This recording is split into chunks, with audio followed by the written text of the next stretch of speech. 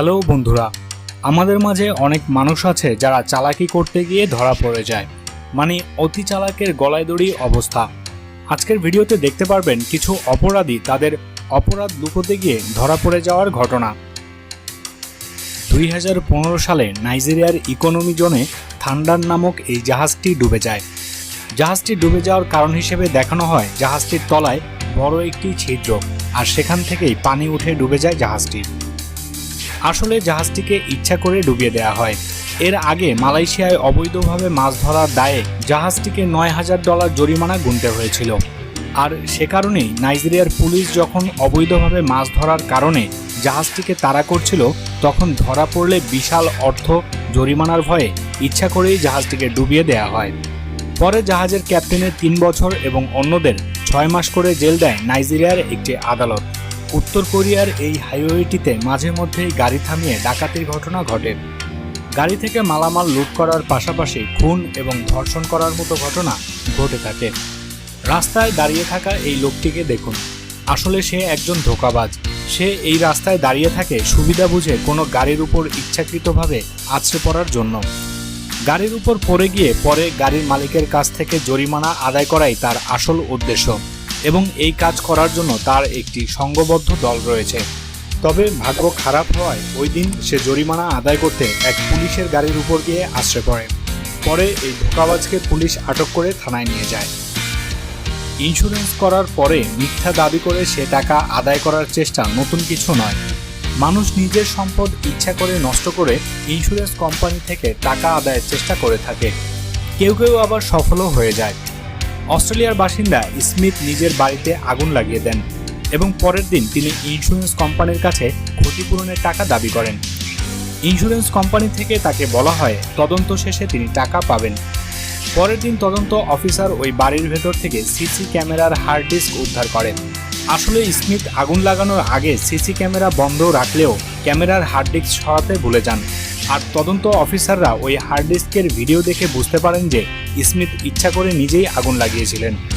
কারণ ভিডিওতে দেখা যায় আগুন লাগানোর আগে ওই বাসা থেকে মূল্যবান সব জিনিসপত্র সরিয়ে নিচ্ছে স্মিথ, এবং তার সিসি ক্যামেরা খুলে রাখার দৃশ্যও রেকর্ড হয়ে যায় হার্ড ডিস্কে। পরে এই ঘটনার বিচার শেষে স্মিথকে 1 বছরের জেল এবং $20,000 জরিমানা গুনতে হয়। জার্মানির বার্লিন শহরে সম্পূর্ণ ভিন্ন পদ্ধতিতে এক চুরির ঘটনা ঘটেছে।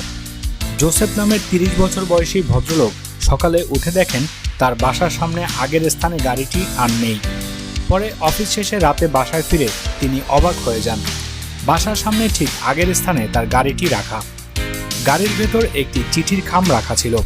চিঠিতে লেখা ছিল সেদিন রাতে তার মা হঠাৎ অসুস্থ হয়ে যাওয়ায় অ্যাম্বুলেন্স না পেয়ে সে বাধ্য হয়ে গাড়িটি নিয়ে গিয়েছিল, এবং এজন্য চিঠিতে ক্ষমা প্রার্থনা করেন তিনি। ওই খামের মধ্যে উপহারস্বরূপ গাড়ির মালিকের পরিবারের সবার জন্য পরের দিনের সিনেমার টিকিট দিয়ে দেয় সে। পরে গাড়ির মালিক পরিবারের সবাইকে নিয়ে সিনেমা হলে ছবি দেখতে যান, এবং সিনেমা শেষে ফেরার সময় হলের পার্কিংয়ে গিয়ে দেখেন তার গাড়িটি আবারও নেই। এরপরে সে বাসায় ফিরে দেখে তার বাড়িতে তছনছ অবস্থা হয়ে আছে, এবং বাড়ির সব কিছু নিয়ে গেছে ওই চোর। পরে গাড়িতে লাগানো ট্র্যাকারের সাহায্যে চোর ধরা পড়ে যায়। আসলে এই চোর স্মার্ট হলেও প্রযুক্তি জ্ঞান ছিল কম, আর তাই গাড়ির ট্র্যাকারের প্রযুক্তিগত সুবিধার কারণে গাড়ির মালিক সহজেই ধরে ফেলতে পারে তাকে।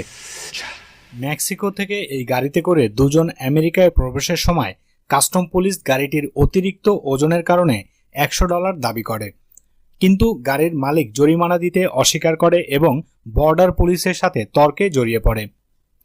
এরপর পুলিশ সম্পূর্ণ গাড়িটি তল্লাশি শুরু করে। গাড়িটি প্রায় 10 ফিট উঁচুতে উঠিয়ে সাইলেন্সারের পাশে একটি প্যাকেটে হেরোইন দেখতে পান পুলিশ, এবং পরে সম্পূর্ণ গাড়িটি তল্লাশি চালিয়ে 8 কেজি হেরোইন উদ্ধার করা হয়, যার মূল্য $60,000 বা বাংলাদেশি টাকায় 50 লাখের উপরে। ওই মাদক পাচারকারী মাত্র $100 বাঁচাতে গিয়ে পুরো $6 মিলিয়ন মাদক সহ ধরা পড়ে বর্ডার পুলিশের হাতে। ঘটনাটি ভারতের। পথচারী এই নারী তার পাশ দিয়ে যাওয়া একটি গাড়ির চাকার নিচে নিজের পা ইচ্ছাকৃতভাবে চাপিয়ে দেয়। তার উদ্দেশ্য ছিল গাড়ির মালিকের কাছ থেকে জরিমানা বাবদ বেশ কিছু টাকা আদায় করা, কিন্তু ওই এলাকায় সিসিটিভি থাকায় পরবর্তীতে ভিডিওতে দেখা যায় এই নারী ইচ্ছাকৃতভাবে তার পা গাড়ির নিচে চাপিয়ে দেয়। পরে আশপাশের লোকজন এই মহিলাকে ধোঁকাবাজির অভিযোগে পুলিশে দিতে চাইলেও গাড়ির মালিকের অনুরোধে মহিলাকে পরে সবাই ছেড়ে দেয়।